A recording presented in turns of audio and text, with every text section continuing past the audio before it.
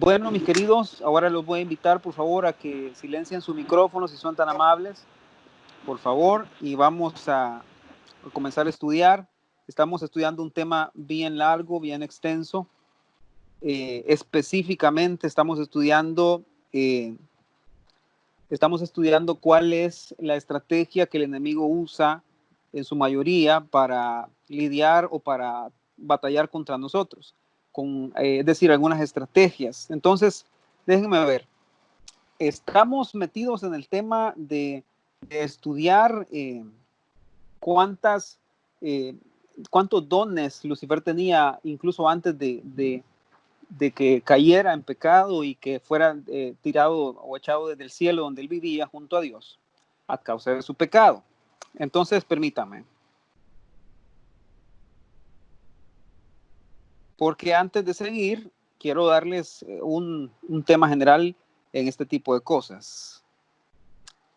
Pero permítanme, por favor. Saben que para empezar, a ver, acuérdense y pónganme ahí en el chat del estudio, por favor, si son tan amables, si se acuerdan, qué vimos la semana pasada.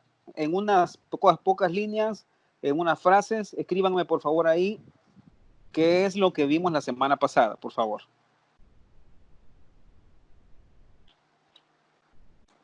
Escríbanme ahí, por favor. ¿Qué es lo que vimos la semana pasada? Con eso vamos a empezar.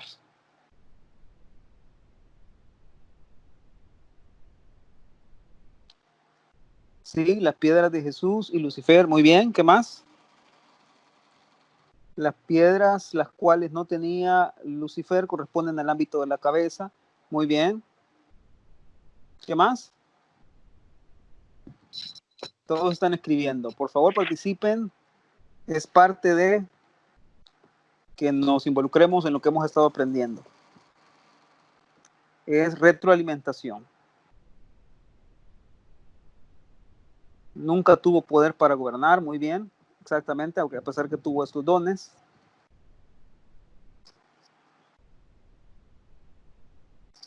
Las piedras que le faltaban. Muy bien. Excelente. Gracias a todos. Han contestado muy bien. Entonces, para comenzar, les dije, hemos estado estudiando cómo Lucifer o cómo Satanás, el Lucifer caído, este ángel que era excepcionalmente bello y perfecto y sabio, corrompió todo esto y vino a la tierra a engañar a la serpiente, a engañar a Eva y a Adán en una forma de serpiente, pero era el mismo Lucifer, ¿ok? Entonces estamos estudiando todos estos atributos que él tenía, todas estas características que él tenía, capacidades que él tenía y, muy importante, que aún tiene. Y estas capacidades o esta naturaleza que aún tiene corrupta, él la utiliza para luchar y para batallar en contra de nosotros, los hijos de Dios. Entonces, si son tan amables, por favor, vámonos a 2 Corintios 2:11.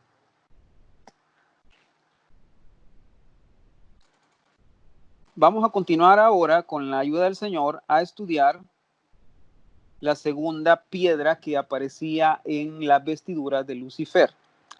¿Ok? En este capítulo, Pablo está hablando a la iglesia de Corinto y les está diciendo en pocas palabras que si una persona que lo ofendió a él y que ofendió a otros hermanos, causando algún tipo de división, algún tipo de situación difícil entre los hermanos, Pablo le dice a la iglesia de Corinto, miren, ustedes tienen que tener la capacidad de perdonarlos a los que nos ofenden, a los que me ofenden a mí y los ofenden a ustedes, tienen que tener la capacidad de perdonarlos, de no guardarles rencor, ¿ok? De que si les ha causado tristeza, si alguien les ha causado daño alguno, no guarde rencor contra esa persona, sino tienen que perdonarlo y consolarlo, ¿sí? Para que no sea consumido en demasiada tristeza, dice el versículo 7. Por lo cual os ruego, el versículo 8, que confirméis el amor para con él, porque también para este fin os escribí, para tener la prueba de si vosotros sois obedientes en todo. Pablo le está diciendo a la iglesia de Corinto en pocas palabras, yo les escribo para que esta persona que ha causado tristeza, daño, ofensa en ustedes, no sea consumida por tristeza porque se van a poner a juzgarlo o se van a poner a criticarlo, sino más bien aprendan a amarlo y a perdonarlo. Eso es lo que les está diciendo Pablo. Por eso dice, porque también para este fin os escribí, para tener la prueba de si vosotros sois obedientes en todo. Versículo 10, y al que vosotros perdonáis, yo también, porque también yo lo he perdonado, y si algo he perdonado, por vosotros lo he hecho en presencia de Cristo. Pablo está diciendo en pocas palabras, si ustedes lo perdonan, yo también lo perdono, no tengo problema con él, ¿sí? Porque también yo lo he perdonado, si algo he perdonado, por vosotros lo he hecho en presencia de Cristo. Es decir, Pablo en resumen está anteponiendo el amor de Cristo, el amor que nos une como hermanos, antes que la división, antes que la ofensa, antes que cualquier otra cosa. Pero lo que quiero lo que me llama la atención y quiero llamarles a ustedes la atención ahora es al versículo 11, por favor. Vean que dice, para que Satanás no gane ventaja alguna sobre nosotros, pues no ignoramos sus maquinaciones. ¿Vieron eso? Ahora, vean lo que dice la versión NTV, Nueva Traducción Viviente, en ese mismo versículo 11. Para que Satanás no se aproveche de nosotros, pues ya conocemos sus maquinaciones malignas. ¿Ok? Entonces, lo primero que necesito que entiendan hoy es que tenemos un enemigo. Y este enemigo trabaja fino, trabaja muy bien, tiene capacidad de tomar ventaja de nosotros, sobre nosotros, cuando nosotros nos descuidamos, cuando nosotros no ponemos la atención debida. Y por eso es tan importante los mensajes que hemos estado recibiendo estos domingos y días atrás por medio del pastor Carlos Estal a ser diligentes. Porque Pablo está diciendo en pocas palabras, si ustedes permiten que haya falta de perdón, que haya resentimiento en ustedes, que haya amargura en ustedes, eso va a ser una ventaja que va a tomar el enemigo y va a empezar a trabajar por destruirnos. ¿Lo ven? Entonces, eso es lo que está diciendo Pablo. Para que Satanás no tome ventaja sobre nosotros, tenemos que aprender a perdonar. Tenemos que dejar de guardar rencor contra otros, porque no ignoramos sus planes, no ignoramos sus maquinaciones malignas para con nosotros. ¿Ok? Entonces, este enemigo común que tenemos, la Biblia lo llama de muchas maneras, comenzando por diablo, Satanás, serpiente, dragón. Por ejemplo, en Apocalipsis capítulo 12, versículo 9 al 10, se da la estatura completa de él, que es Satanás, diablo, serpiente y dragón. Se mencionan los cuatro. En Juan capítulo 12, versículo 31, se le llama el príncipe de este mundo, por ejemplo. En 2 Corintios capítulo 4, versículo 4, se le llama el Dios de este siglo. Dense cuenta, por favor, de todos los títulos que la Biblia le da a este adversario, a este enemigo. ¿Sí? ¿Tiene poder? Sí tiene poder, pero su poder es limitado. No es comparable al del Señor, no es comparable al de Dios. Por supuesto que sí. Primera de Pedro, capítulo 5, versículo 8. No lo vamos a buscar, solo se los estoy diciendo. Le llama que él es un adversario que anda como un león rugiente buscando a quien devorar. Primera de Pedro 5, 8 dice. Entonces les dije, el acusador, eso está en Apocalipsis capítulo 12, versículo 9 al 10.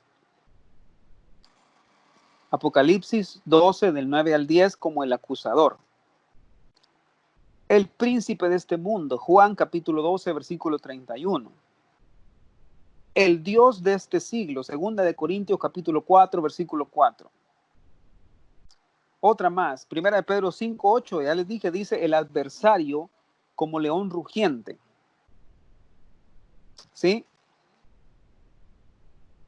Y hay muchas maneras más en las que la Biblia le llama. Y ¿saben qué? Lo más triste de todo es que Efesios capítulo 2, versículo 2 dice, el príncipe de la potestad del aire, el espíritu que ahora opera en los hijos de desobediencia.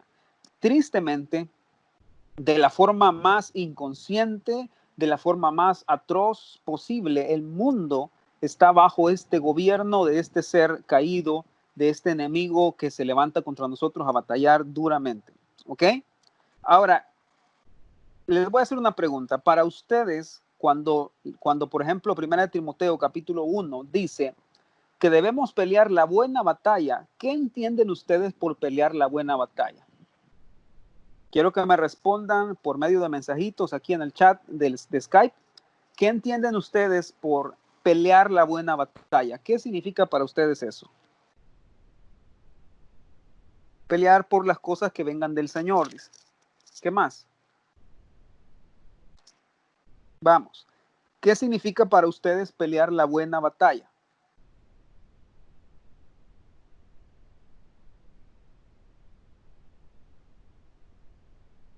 Estoy esperando sus respuestas. Vivir confiando en el Señor Jesús. Muy bien. ¿Qué significa pelear la buena batalla? Eso es lo que quiero saber hoy. ¿Qué piensan ustedes? Pelear la buena batalla.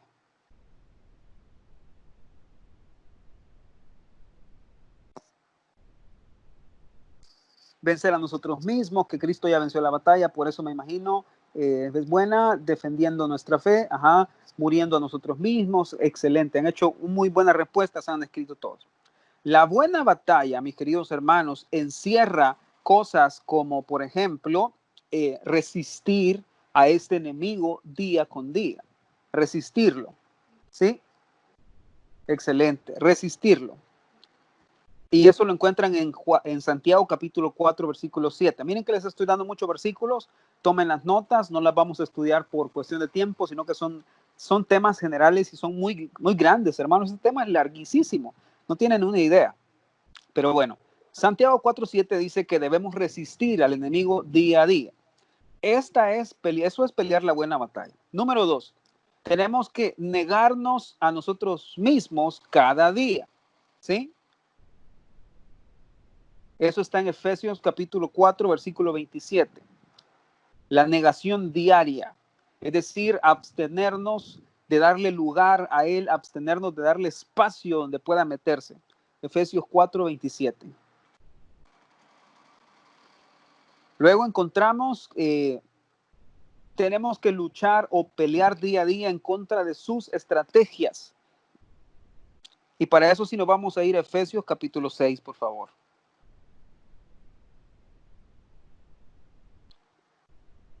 Efesios capítulo 6.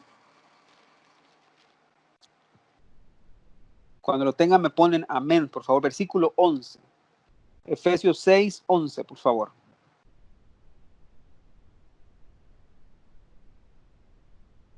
Correcto, así es, hermano Rauda, contestó muy bien. Creo que Claudia, que está aquí, es Vladi, me imagino, ¿verdad? Bienvenido. Dice, el del versículo 10, si quieren. Por lo demás, hermanos míos, fortaleceos en el Señor y en el poder de su fuerza. Vestíos de toda la armadura de Dios para que podáis estar firme contra las acechanzas del diablo. ¿Ok? Hay otras versiones que dicen estrategias, maquinaciones. Eso significa la palabra acechanzas, estrategias. ¿Ok? Entonces, en términos generales, quiero hablarles sobre estas estrategias o maquinaciones que usa el enemigo en nuestra contra. En términos muy generales se las voy a dar, otro día lo vamos a estudiar de este lado, pero quiero dar paso a la siguiente piedra que estaba en la vestidura de Lucifer, que fue la que se corrompió cuando él pecó. Sí, ya lo explicamos, está en los sermones anteriores y lo vamos a subir pronto, Dios mediante. Número 1, les voy a dar 10 estrategias que Satanás utiliza para hacernos caer, para darnos batalla, para intentar destruirnos. ¿Se acuerdan de la balanza que hicimos? El Señor Jesucristo ha venido para que tengamos vida en abundancia y el enemigo vino para matar, hurtar y destruir. Entonces, Cristo viene a edificar en nosotros y el enemigo lo que quiere es destruir en nosotros. ¿Ok? Entonces, estas estrategias son para eso. Lo que Él quiere es destruir nuestra familia, destruir nuestra casa, destruir nuestra relación con Dios, destruir nuestra fe, por supuesto que sí. Número 1, él miente y es padre de toda mentira. Sí, esa es la estrategia número 1. Él miente y es padre de toda mentira.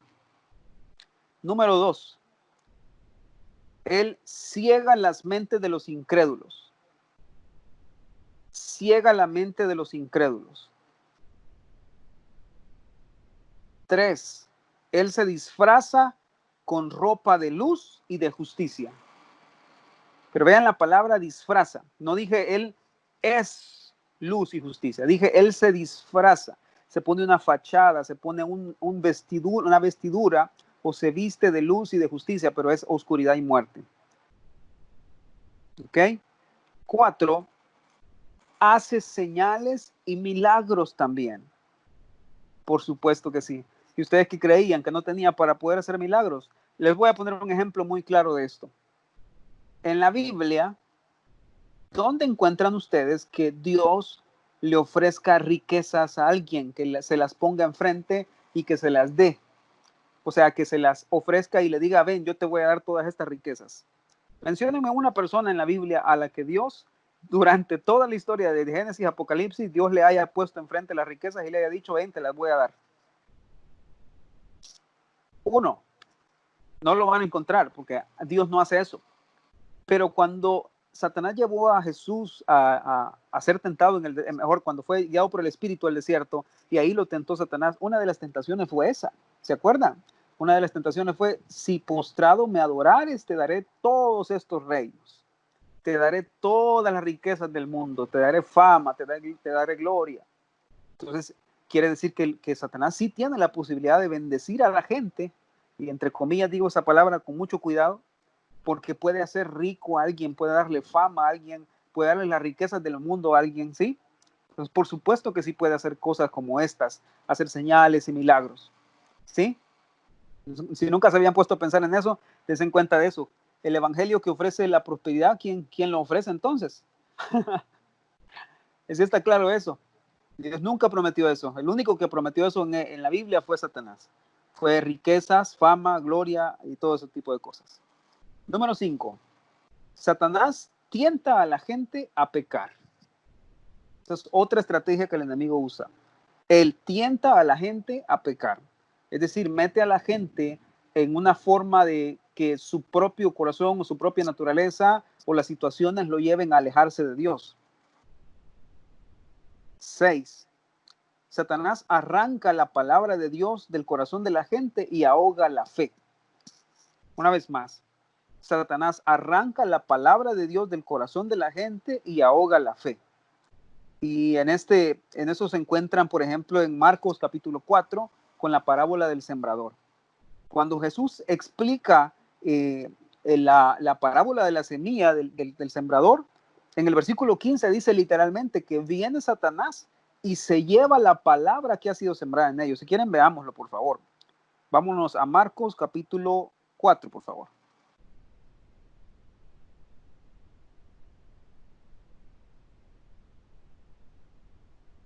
¿Están aprendiendo, mis queridos hermanos? Alguien podrá decir, uy, yo no necesito aprender de esas cosas, no hay que darle tanto poder. No, es que no le damos poder. Poder ya tiene porque es robado, porque es corrupto y por todo lo demás. Lo que queremos es saber cómo el enemigo trabaja, como dice 2 Corintios, porque ya sabemos cómo trabaja. No vamos a permitir que él tenga ventaja sobre nosotros. ¿Ok? No le vamos a dar lugar al enemigo, no le vamos a dar lugar al diablo. Dice el versículo 15. Bueno, leámoslo todo si quieren, del versículo 10. Cuando estuvo solo, los que estaban cerca de él con los 12 le preguntaron sobre la parábola, es decir, la parábola del sembrador. ¿Se acuerdan? Que un sembrador salió a sembrar semilla, tiró la semilla sobre el camino, sobre las espinas, etcétera, etcétera. Y les dijo, a vosotros os he dado saber el misterio del reino de Dios, mas a los que están fuera, por parábolas todas las cosas, para que viendo vean y no perciban, y oyendo oigan y no entiendan. Esto es profecía del Antiguo Testamento, para que no se conviertan y les sean perdonados los pecados. Y les dijo, ¿no sabéis esta parábola? ¿Cómo pues entenderéis todas las parábolas? El sembrador es el que siembra la palabra. Y estos son los de junto al camino, en quienes se siembra la palabra, pero después que la oyen, enseguida viene Satanás y quita la palabra que se sembró en sus corazones. Bueno, noticia, mis queridos hermanos, si es posible que cuando no atesoramos la palabra, cuando no la amamos, cuando no la agradecemos, cuando no vivimos para ella, voy a usar una frase del pastor Carlos, cuando no la atesoramos diligentemente, no la guardamos diligentemente, entonces es posible, mis queridos hermanos, que Satanás venga tarde o temprano y se meta de alguna forma a querernos robar esa palabra. Quita la palabra que se sembró en sus corazones. ¿Ok? Entonces, si se dan cuenta, esa es otra de las estrategias y artimañas o acechanzas que usa el enemigo. Número 7. Satanás causa algunas enfermedades y algunas dolencias. Dije número 5, se lo repito. Satanás tienta a la gente a pecar. ¿Sí? Ahora vamos en el número 7. Satanás causa algunas enfermedades y algunas dolencias. No puedo por el tiempo irme a todas las citas en todo esto, pero como les digo, les prometo que esto lo vamos a hacer más adelante, Dios mediante. Número 8. Satanás es un asesino. Juan capítulo 8, versículo 44, dice, sois de vuestro padre el diablo y queréis hacer los deseos de vuestro padre. Él fue un homicida desde el principio y no se ha mantenido en la verdad. ¿Ok? Juan 8, 44, esa cita. Número 9. ¿Vamos bien, hermanos? Número 9. Satanás lucha contra los que llevan el mensaje del evangelio. Satanás lucha contra los que llevan el mensaje del evangelio. Y esa, por ejemplo, lo pueden encontrar en Primera de Tesalonicenses, capítulo 2, del 17 al 18.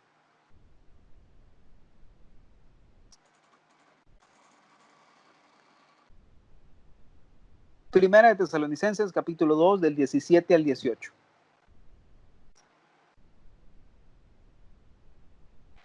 ¿Sí? ¿Copiaron la cita? Se las repito otra vez. Primera de Tesalonicenses 2, del 17 al 18. Pablo está diciendo en pocas palabras que ellos estaban en el deseo y el anhelo de poder llevar el mensaje, de poder visitar otros lugares, pero Satanás nos lo ha impedido, dice, literalmente. Es decir, él se opone y da batalla y da lucha por aquellos que quieren llevar el mensaje, levanta oposición muchas veces, no digo siempre, pero muchas veces pasa. Y número 10, una de las acechanzas que tiene el enemigo en contra nuestra es que él presenta acusaciones delante de Dios sobre los cristianos.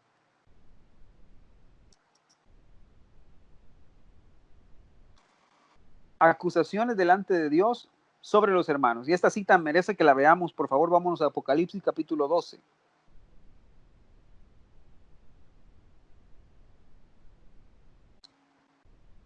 Apocalipsis capítulo 12, versículo 10.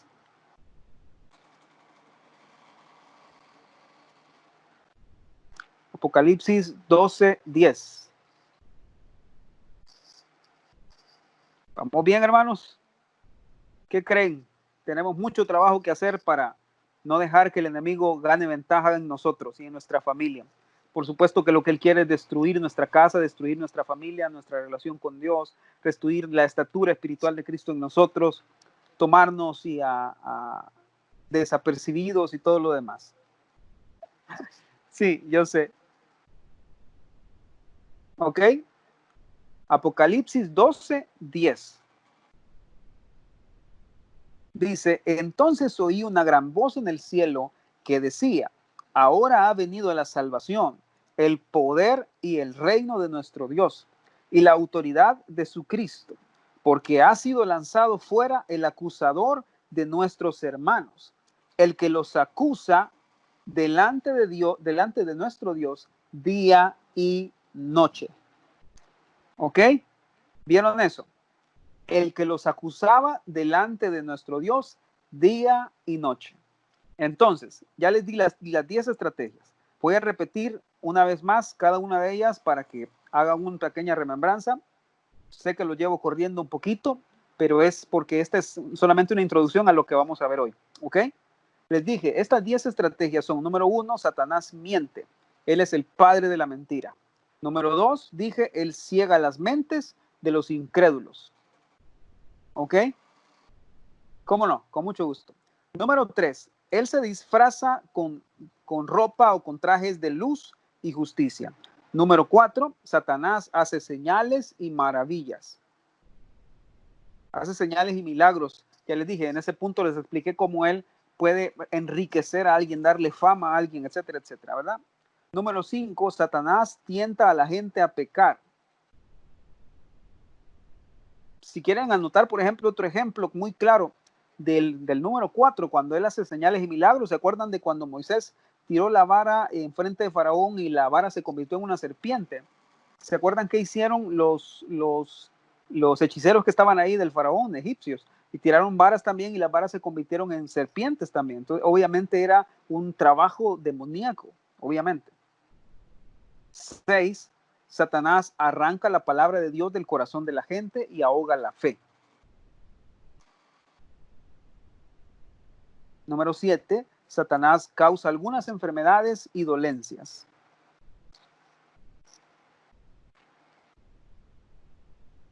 Número 8. Satanás es un asesino.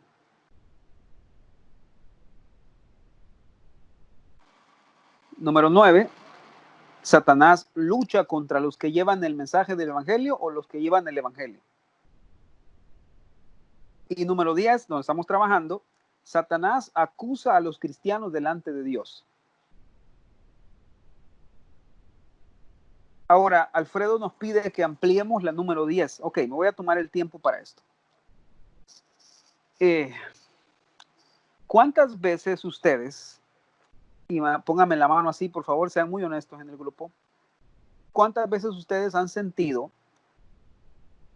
que aunque ya fueron perdonados por algo que hicieron en el pasado, es como si ese pensamiento volviera a su mente una vez más y ustedes se sienten un tanto culpables por haber hecho algo en el pasado?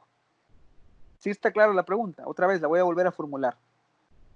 ¿Cuántas veces han sentido que aunque es algo del pasado, algo sobre lo que ya oraron, sobre lo que ya pidieron perdón, pero en alguna forma o en algún momento ustedes se sienten culpables una vez más por eso que hicieron en el pasado? ¿Cuántas veces han sentido eso? Voy a esperar ahí que me contesten, por favor.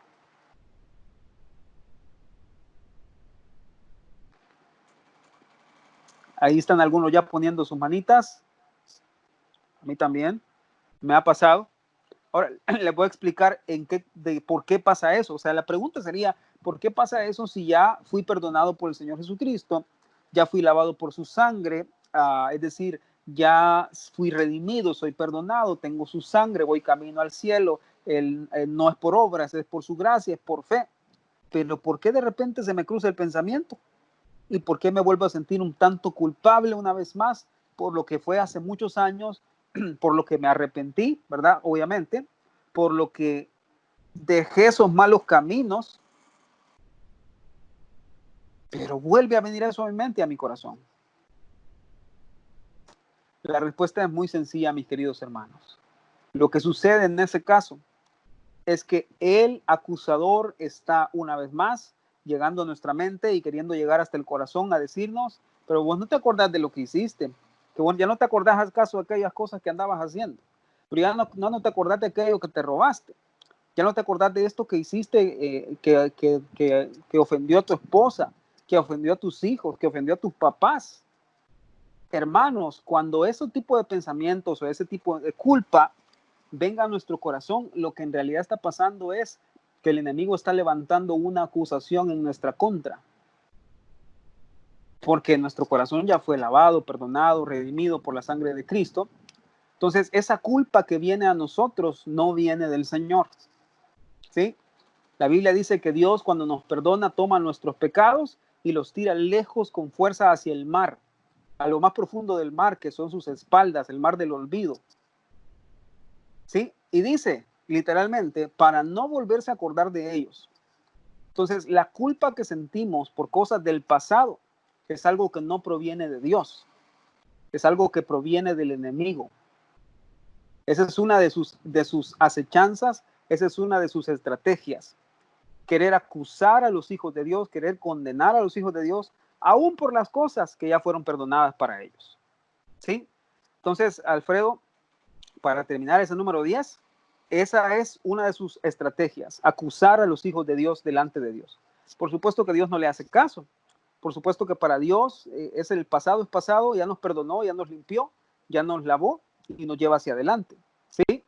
Pero en realidad el enemigo quiere levantarse, acusarnos y hacernos sentir culpable por cosas que ya no tienen sentido que nos sintamos culpables si ya las cubrió la preciosa sangre de Jesús. Vuelvo y repito y hago mucho énfasis en esto. Necesariamente tiene que ser algo que la sangre de Jesús ya haya cubierto o ya haya limpiado o ya haya perdonado. ¿Está claro? ¿Estamos bien hasta ahí, mis queridos hermanos? Cuéntenme, por favor. ¿Estamos bien hasta ahí? Porque así doy paso a lo siguiente.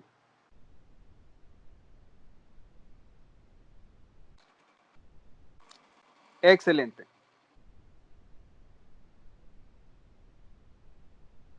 Dice, alguien pregunta, ¿y podemos cantar o alabar al tener esos pensamientos? Sí, por supuesto. Esa es una de las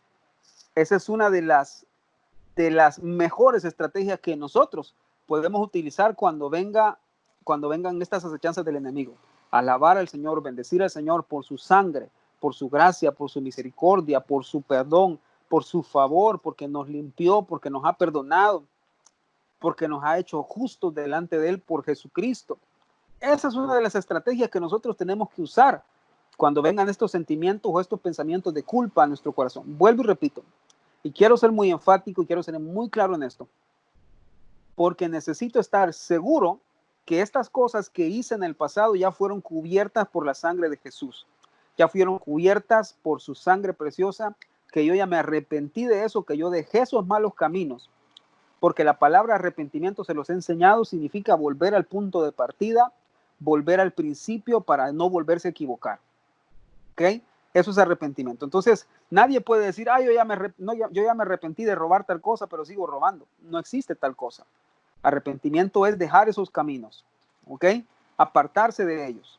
Cuando yo me he apartado de ellos y me he sentido la culpa de decir, yo quebré esta ley, yo ofendí al Señor, yo necesito ser perdonado, necesito ser lavado, necesito que limpie mi corazón, entonces viene la remisión del Señor, el perdón del Señor, y entonces soy libre de culpa. Pero si la culpa viene a mi corazón y está golpeándome como un martillo, está golpeándome como un aguijón, debo ir al Señor y decir, Señor, yo me arrepiento de esto, examíname, Señor, si yo no me he arrepentido, si yo no he cambiado mis caminos, Señor, perdóname, ayúdame a salir de esto, a ser libre, Señor, clamo tu preciosa sangre, clamo tu agua, clamo tu fuego para que me purifique y me ayude a ser libre de esto y me ayude a salir adelante de esto. Amén. Entonces, Alfredo dice, tengo una duda. Alfredo, ¿puedes encender tu micrófono, por favor, y preguntar? Sí, fíjate que, bueno, ahorita lo explicaste y al final lo que yo tenía duda, porque vaya, en Apocalipsis 12:10 dice Sí. de que eso ya pasó, ¿verdad? O sea, no es que todavía se esté dando que el enemigo nos acuse delante del Señor.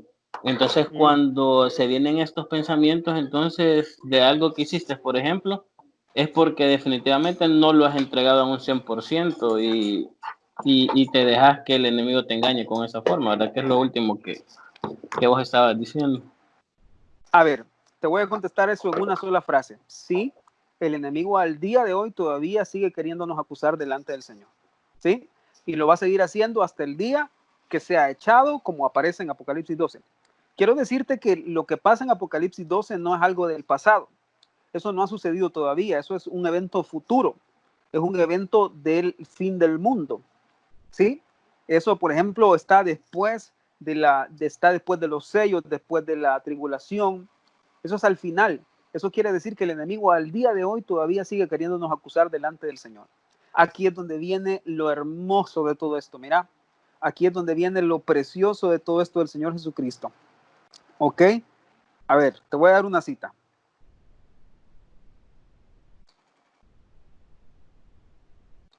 Vámonos por favor a Miqueas capítulo 7.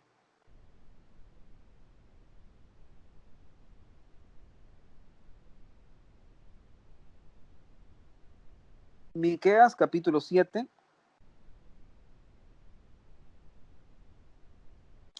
Versículo 18.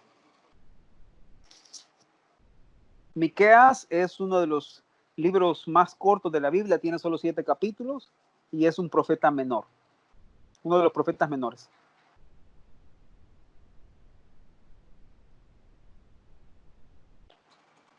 ¿Ok? Entonces vamos, versículo 18.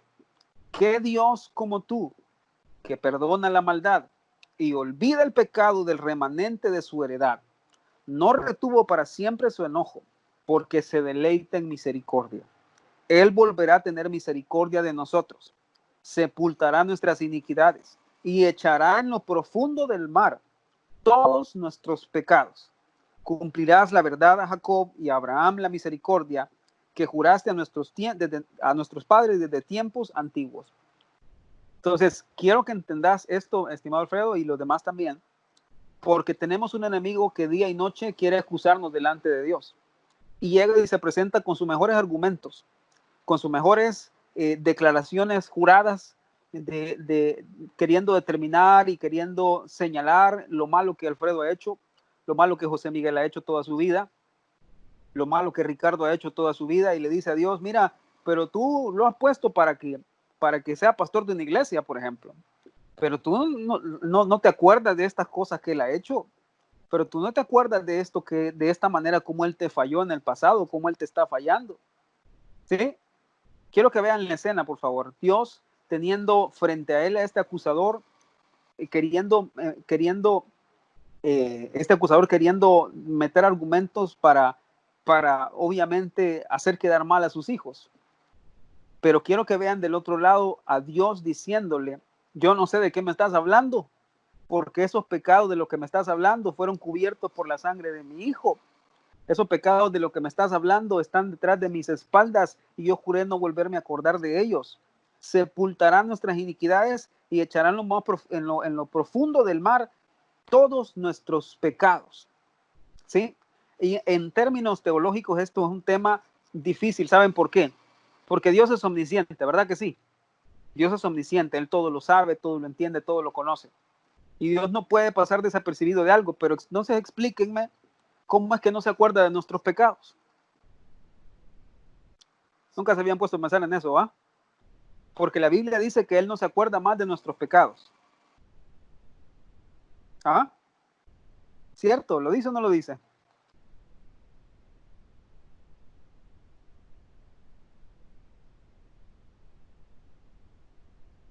Lo dice.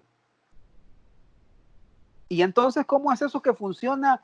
Que Dios es omnisciente, que Dios lo conoce todo, que Dios lo sabe todo, pero no se acuerda de los pecados. Como que no los ve. Isaías 43, 25, por favor.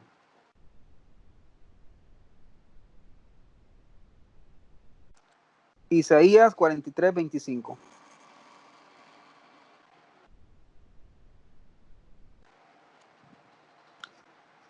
¿Lo tienen? Vean lo que dice. Isaías 43, 25.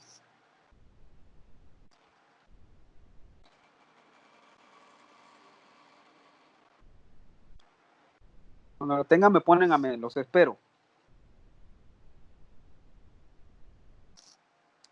Isaías capítulo 43, versículo 25. Amén. Dice, yo soy el que borro tus rebeliones por amor de mí mismo y no me acordaré de tus pecados. Esa es una palabra para ustedes y para mí, mis queridos hermanos. No importa cuántas veces el acusador se pare de día y de noche, queriéndole decir al Padre todo lo que usted y yo hacemos mal, todo lo que usted y yo hicimos mal en el pasado, porque en la medida en la que yo me meta debajo de la tienda de la preciosa sangre de Jesús, lo que el Padre mira, como alguien puso por ahí en el mensaje, en el chat, lo que el Padre mira no es mi pecado, sino es la sangre de su Hijo. Y por eso Él tiene la capacidad de tomar estos pecados y que esa sangre se los lleve al río de remisión o al mar del olvido, donde nunca más se vuelve a acordar de ellos. Amén. Hebreos capítulo 10, versículo 17. Qué barbaridad, hermanos, ni siquiera he llegado a las piedras donde tenemos que nuestra lección hoy.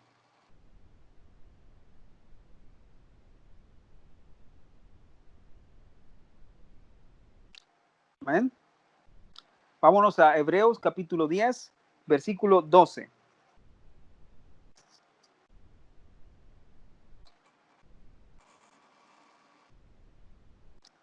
Dice, pero Cristo, habiendo ofrecido una vez para siempre un solo sacrificio por los pecados, se ha sentado a la diestra de Dios. De ahí en adelante, esperando hasta que sus enemigos sean puestos por estrado de sus pies. Entonces, voy a hacer una pausa ahí, voy a hacer una pregunta. Cristo está sentado a la diestra del Padre, ¿sí o no? Ustedes ven ahí, dice, está sentado a la diestra de Dios. Pero dice que está esperando que sus enemigos sean puestos por estrado de sus pies, es decir, debajo de sus pies. ¿Ok? Entonces, la pregunta sería, bueno, y entonces, ¿Cristo gobierna o no gobierna sobre todas las cosas? ¿Cristo ya reina o no reina sobre todas las cosas? ¿Todas las cosas han sido sometidas a sus pies o no han sido sometidas a sus pies? ¿Ustedes qué piensan? Porque dice, esperando hasta que sus enemigos sean puestos por estrado de sus pies. ¿Ah? Bueno, la respuesta es muy clara. No, todas las cosas no han sido sujetas debajo de él aún todavía, porque hay un tiempo para todo. Y aquí puedo contestar una pregunta que una vez me hicieron y que muy frecuentemente la gente se hace. Bueno, si Dios es tan poderoso, si Dios sabe que el enemigo lo único que hace es querernos destruir, ¿por qué no destruye la maldad de una vez? ¿Por qué no simplemente lo agarra, lo destruye y lo deshace? A ver, mis queridos hermanos, ¿por qué Dios no destruye el enemigo, no destruye la maldad? Simplemente ya así con su poder omnipotente, ¿verdad? Que todo lo puede. ¿Por qué?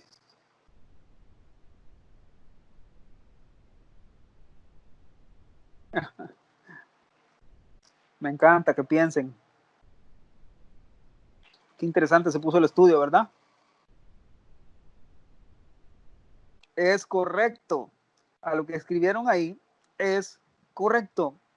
Porque si Dios decidiera ahora a las 8:30 de la noche que se cumpliera su designio de acabar con la maldad por completo en la tierra, chao, chao, mis queridos hermanos, toda la humanidad se va en la colada. Porque la Biblia dice que no hay ni uno bueno. La Biblia dice que no hay ni uno justo. ¿Sí? Entonces, esto que están leyendo ustedes, que Cristo, todas las cosas no están esperando a que sus enemigos sean puestos por estrado o debajo de sus pies, dice, porque con una sola ofrenda hizo perfectos para siempre a los santificados. Y nos atestigua lo mismo del Espíritu Santo, porque después de haber dicho, este es el pacto que haré con ellos, después de aquellos días, dice el Señor, pondré mis leyes en sus corazones y en sus mentes las escribiré. Añade, y nunca más me acordaré de sus pecados y sus transgresiones, pues donde hay remisión de estos, no hay más ofrenda por el pecado. ¿Ok? Entonces, esto me lleva a entender, mis queridos hermanos, la preciosa y inigualable frase de Jesús en la cruz del Calvario. ¿Sí? Se las voy a recordar. Jesús dijo 9 cosas estando colgado en la cruz del Calvario. Pero para mí, todas son fantásticas, todas son inigualables, todas tienen un sentido, un significado. Un día lo vamos a estudiar dentro de no mucho tiempo, si el Señor lo permite, algún día que salgamos de todo esto. La vamos a estudiar, estas 9 cosas que Jesús dijo, pero la última que dijo, ¿sí? O mejor dicho, una de las últimas que dijo, fue consumado es, completado es, terminado es. En el momento en el que él dijo esas palabras, consumado es, lo que pasó en realidad en ese momento fue todo eso que acaban de leer. ¿Sí? La palabra, la ley, estuvo disponible para que fuera sembrada en nuestro corazón, puesta en nuestros corazones por el Espíritu. El Espíritu fue habilitado para poder venir a nosotros porque en nuestro corazón iba a poder haber sangre que nos cubriera nuestros pecados. Y en ese momento fue cuando el río de remisión cobró vida, por así decirlo, se abrió y ese río lleva todos los pecados de la humanidad, de los que aceptan esa sangre, hacia el mar del olvido, donde Dios nunca se vuelve a acordar de ellos. Amén. Eso es tremendo, eso es poderoso. Yo no sé si a ustedes eso les toca el corazón, les llena el alma, hermanos, entender que todas las acechanzas del enemigo, todos los argumentos que el enemigo le quiera presentar al Padre, día y noche, día y noche, día y noche, todos esos argumentos, cuando están bajo la preciosa sangre de Jesús, no tienen validez. Están en un área de la mente de Dios en la que Él mismo ha cerrado con candado y con llave y ha dicho, no me volveré a acordar de eso. Así es que no, mis queridos hermanos, siendo muy claro, Cuando a su corazón vengan culpa por cosas que ustedes hicieron en el pasado, de las cuales se arrepintieron, de las cuales ustedes cambiaron su forma de caminar, de las cuales ustedes dejaron esos malos caminos, y ustedes sientan una vez más que están apareciendo esas acusaciones, vayan a su cuarto de oración y digan: Padre, tú me has perdonado, tú me has redimido, tú me has rescatado, tú me has liberado, tú me has comprado con tu sangre, Señor Jesús. Lo que yo era antes, yo ya no lo soy más, por tu gracia y tu misericordia. Te alabo, te bendigo. Bendigan al Señor, alaben la preciosa sangre de Jesús, alaben lo que Jesús hizo por ustedes en la cruz, alaben ese sacrificio, y entonces la culpa se va a ir. Entonces la culpa va a desaparecer, porque esa culpa no viene de Dios. Amén.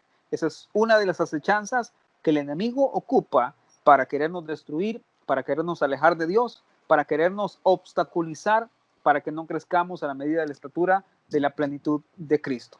Amén, queridos hermanos. Entonces, ¿estamos hasta ahí? ¿Nadie tiene otra duda más de todo esto que les dije ahora?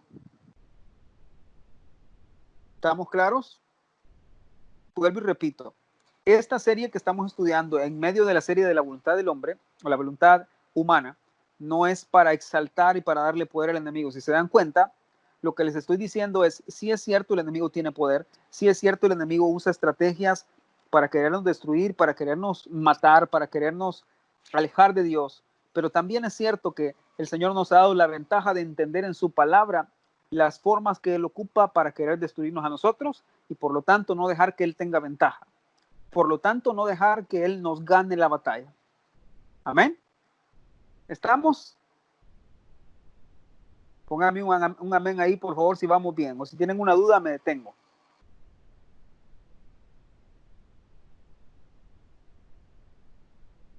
Amén, dicen por ahí. Bien, sigo esperando. ¿Alguien más? No quiero avanzar a lo siguiente si tienen dudas, por favor. Muy bien, amén. Ok, ahora sigamos. Creo que todavía tenemos un poco de tiempo. Puedo avanzar e introducir a lo que viene.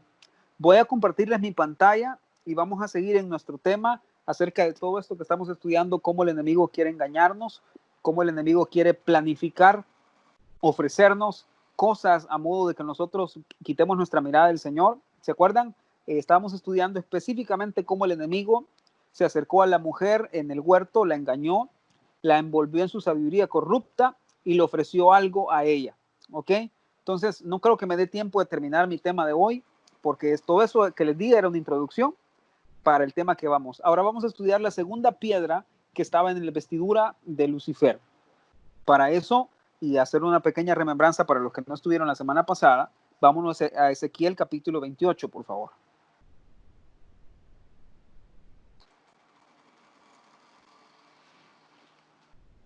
Ezequiel capítulo 28.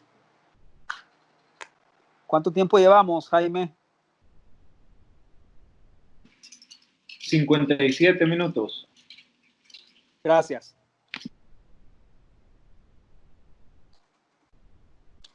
Ok, Ezequiel capítulo 28,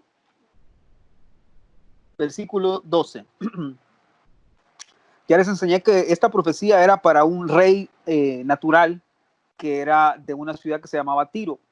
Tiro y Sidón eran dos ciudades que eran muy perversas, se podría decir. Era gente que no buscaba al Señor, sino todo lo contrario. Eran reyes perversos.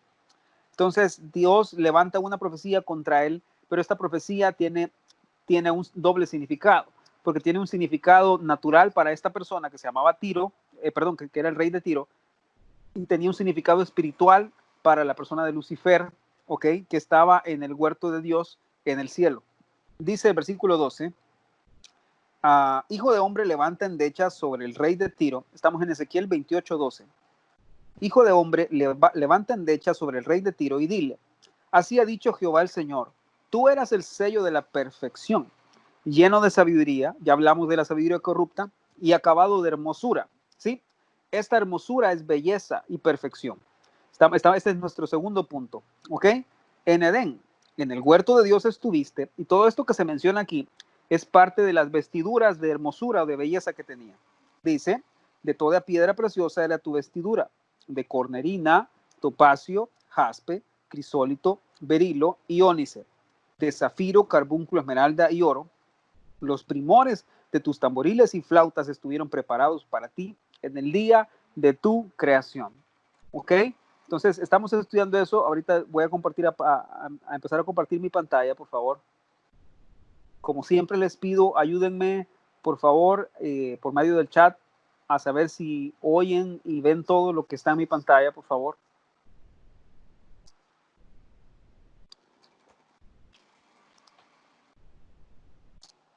¿Siguen ahí, hermanos? ¿Se mira mi pantalla? Se ve bien. Ok, gracias. Vamos a ver este. Ok, la semana pasada aprendimos sobre esta piedra de sardis.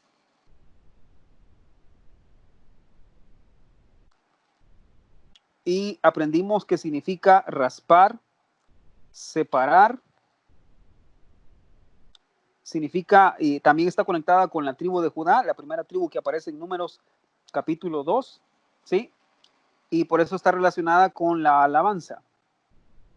Ahora nos corresponde estudiar la segunda piedra que se menciona, que es la piedra de topacio. ¿Sí? Como vuelvo y repito, solo les voy a dar una pequeña introducción a esto, ¿ok? Y lo vamos a dejar para la próxima semana. La piedra de topacio, esto lo voy a volver aquí después. Por el momento voy a hacer otra cosa aquí. Quiero recordarles nada más esto, que el uso de la piedra quiere decir que el Señor Jesucristo tiene esas mismas piedras porque tiene 12 piedras que estaban en el pectoral del sumo sacerdote. La Biblia nos enseña que Jesucristo es nuestro sumo sacerdote. Entonces, Jesucristo usa la piedra para edificar. Perdón. ¿Sí? Caso contrario, mis queridos hermanos, Lucifer usa esta misma piedra para destruir. Eso lo vimos la semana pasada, puse el ejemplo de la piedra de sardis, que significa raspar, significa dividir, separar.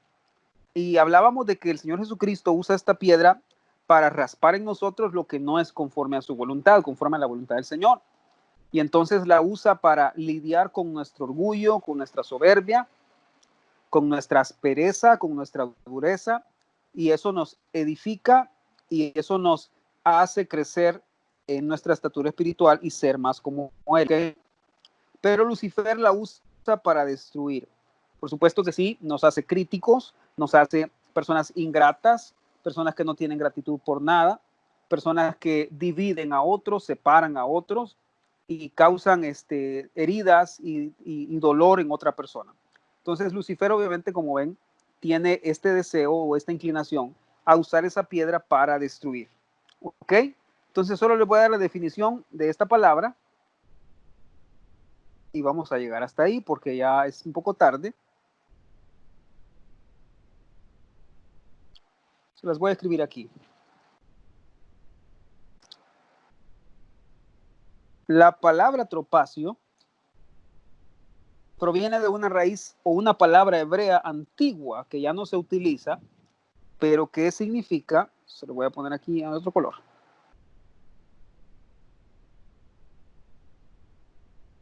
Significa ser brillante, significa ser centellante, significa pastos, un lugar agradable,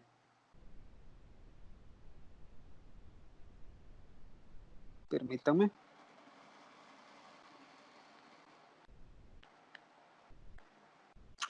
un lugar agradable,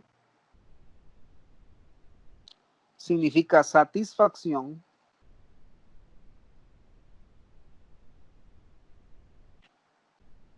o una morada.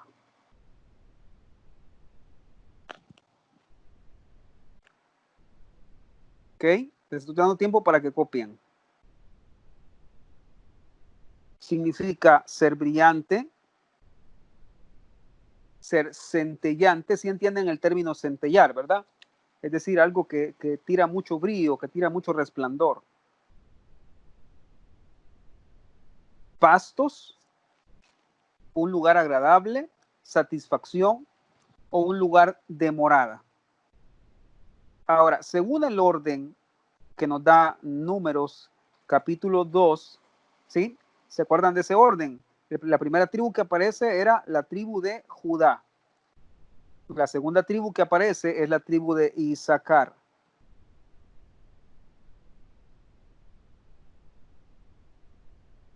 Ahora les voy a dar la definición de la palabra Isaacar o del nombre Isaacar.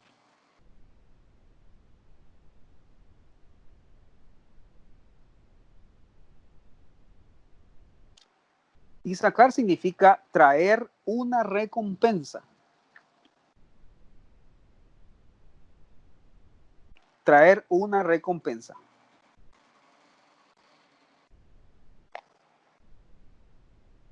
¿Ok?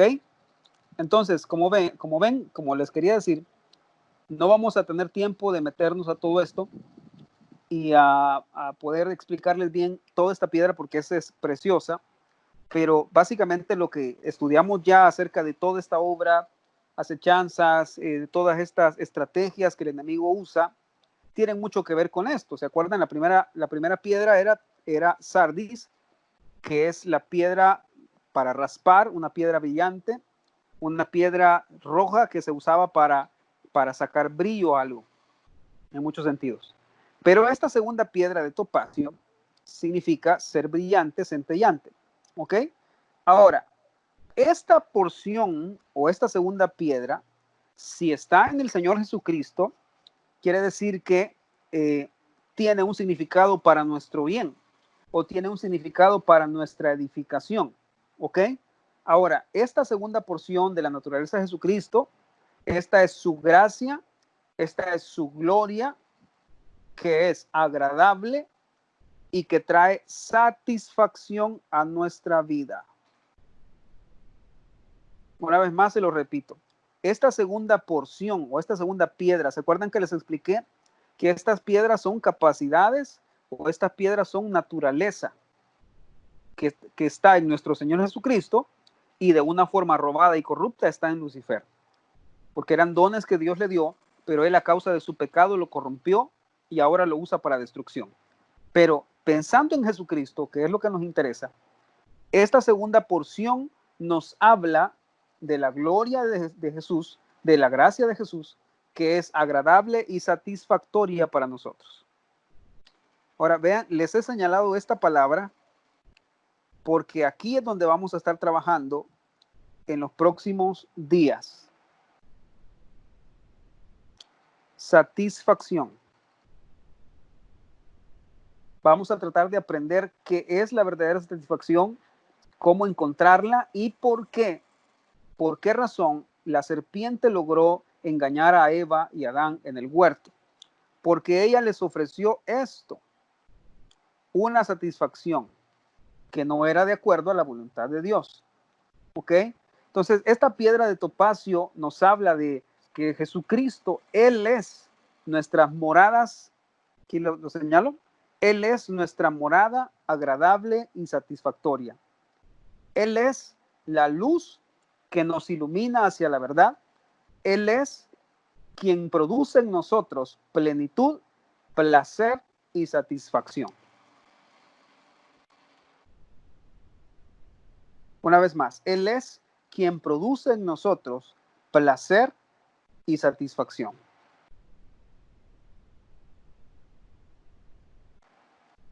¿Ok? Ahora, nuestro Señor Jesucristo, es decir, el Isaacar para nosotros, si entienden lo que les puse ahí hace un rato, la palabra Isaacar significa traer recompensa. Ahora, por supuesto que sí. Y lo voy a hablar de la forma más simple, más sencilla posible, más práctica posible. Porque hace un rato les dije que una de las acechanzas que el enemigo tiene para buscar destruirnos es ofrecernos señales, milagros, riquezas, famas, es ofrecernos placeres, es ofrecernos satisfacción temporal, satisfacción carnal para los deseos de nuestra carne, pero esa satisfacción termina, esa satisfacción es pasajera, es momentánea. Pero Isaacar, nuestro Señor Jesucristo, puede proveernos la satisfacción eterna que necesitamos, satisfacción divina, iluminando nuestra mente, nuestro corazón, sacándonos de la ignorancia, de las tinieblas y poniéndonos en la luz de su verdad. Él es quien trae una recompensa para nosotros, ¿sí? Él es quien trae una recompensa para aquellos que lo buscan diligentemente. Al vestirnos con esta piedra de topacio, mis queridos hermanos, entonces podemos encontrar la verdadera satisfacción. La satisfacción que es real, que es en Cristo, que no es pasajera, sino que es eterna. ¿Ok? Ahora, quiero que no se confundan en esto, porque decirles esto no significa que aquel que tiene a Cristo no va a padecer nunca, que aquel que tiene a Cristo no va a tener nunca ninguna aflicción, ¿verdad? No va a tener nunca ninguna adversidad, ningún problema, ninguna dificultad. Ese no es el evangelio que nosotros predicamos. Lo que les estoy diciendo es, sí es cierto, como seres humanos, y Jesús dijo, en el mundo tendréis aflicción, pero confiad, yo he vencido al mundo. ¿Ok? Somos humanos y estamos en un mundo lleno de dolor, lleno de adversidad. Pero la diferencia de tener este topacio, mis queridos hermanos, es que la satisfacción, la plenitud, la vamos a encontrar aún en medio de la adversidad. ¿Ok? En Cristo tenemos esperanza, en Cristo tenemos salvación, en Cristo tenemos confianza, ¿sí? Ahora, no solamente podemos tener esperanza para esta tierra, sino esperanza para la plenitud eterna.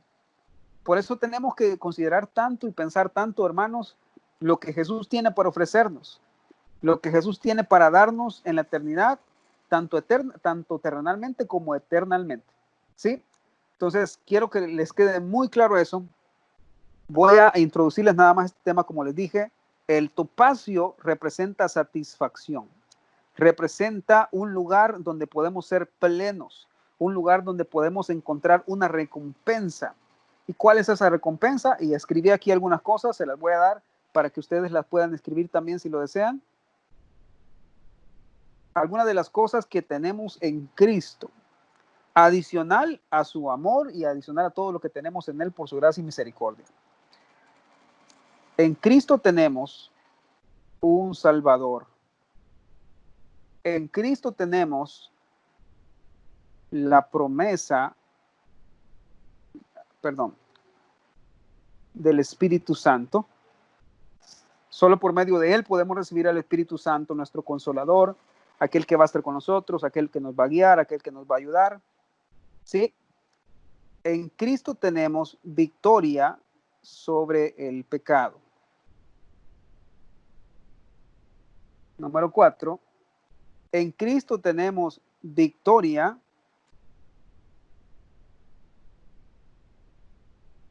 sobre la condenación. 5. Hay muchas más, por supuesto. Yo solo les puse esta para que tengan una idea. En Cristo tenemos acceso a todas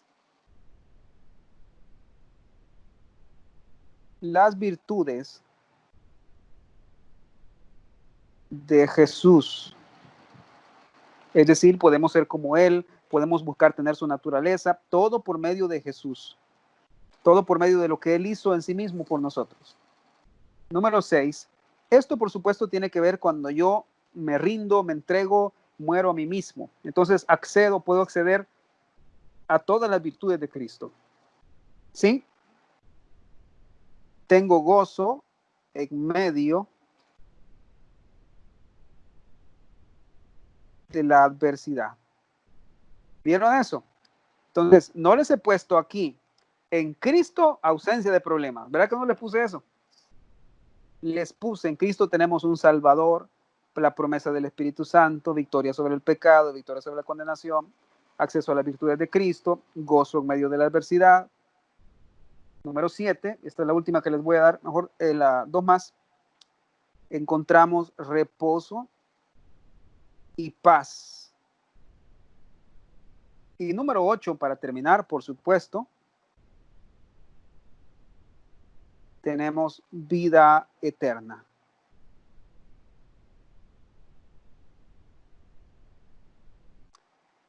¿Sí? Ahora, ¿qué es todo esto? Esto, mis queridos hermanos, es esa preciosa piedra de topacio que Cristo es para nosotros, que Cristo es en nosotros, un lugar de satisfacción, de plenitud, de morada eterna, una recompensa que no merecemos, una recompensa que no podemos pagar, que no podemos ganar. Él es esa piedra, Él edifica en nosotros. Como ya decimos, esta piedra es para edificación en Jesucristo y es para destrucción en Lucifer. Pero Cristo edifica en nosotros estas moradas de recompensa, estas moradas eternas, estas moradas de satisfacción, de plenitud, de placer, cuando nos vestimos de esta piedra, cuando dejamos que Él se forme en nosotros, que su naturaleza se forme en nosotros. Amén. Entonces vean, la piedra de topacio nos da reposo y paz, nos da vida eterna, nos da gozo en medio de la adversidad. Ahora solo voy a hacer una distinción aquí y voy a dejar de compartir mi pantalla ya. ¿Cómo van? ¿Necesitan algo para copiar ahí? ¿Unos minutos?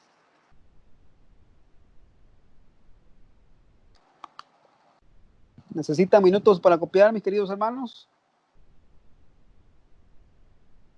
No, ¿dicen? Excelente.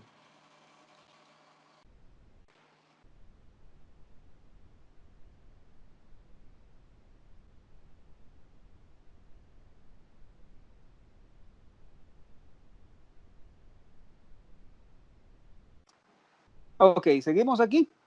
¿Me escuchan? ¿Me ven? Perfecto.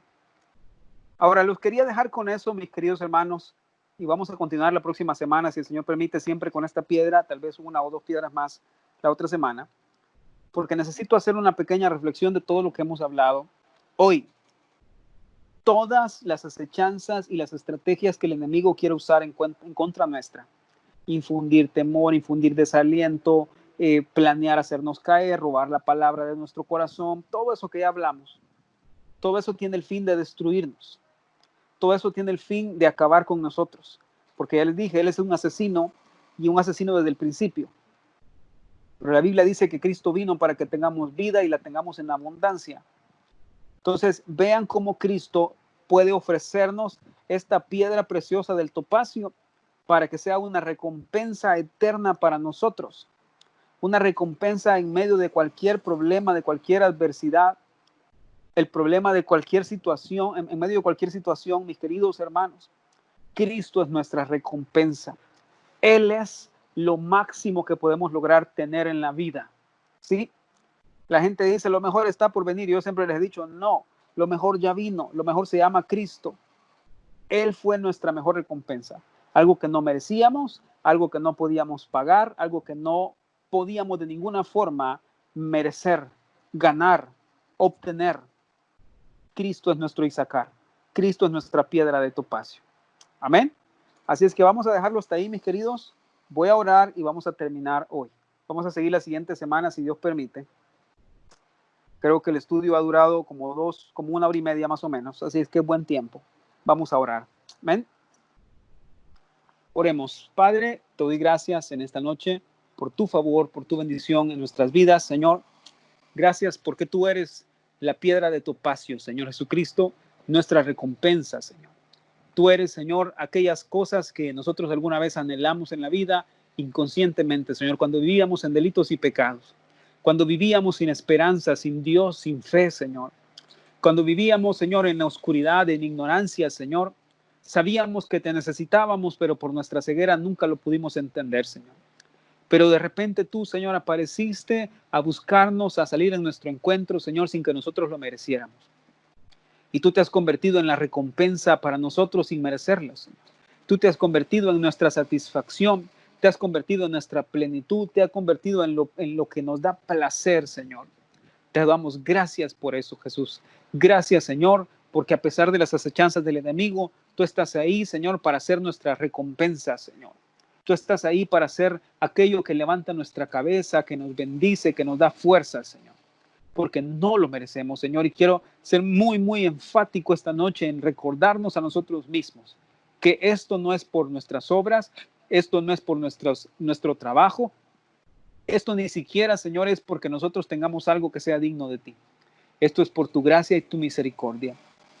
Padre, yo te pido por aquellos de mis hermanos, Señor, que han estado tomando decisiones en las que han escogido y decidido, Señor, por algo que no es una recompensa eterna, sino es una recompensa pasajera, Señor.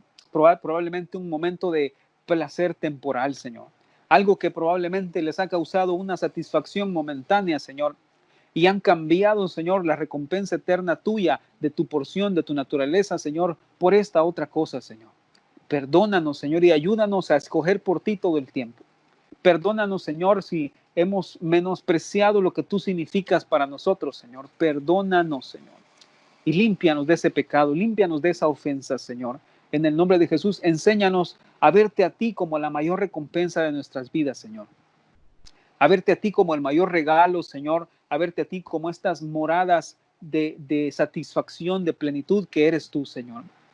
Esta piedra de topacio, Señor, que tú tienes, Señor Jesucristo, te pido que la formes en nosotros, que nos vistas con ella a nosotros, Señor, para que podamos aprender a ver las moradas de satisfacción que encontramos en ti.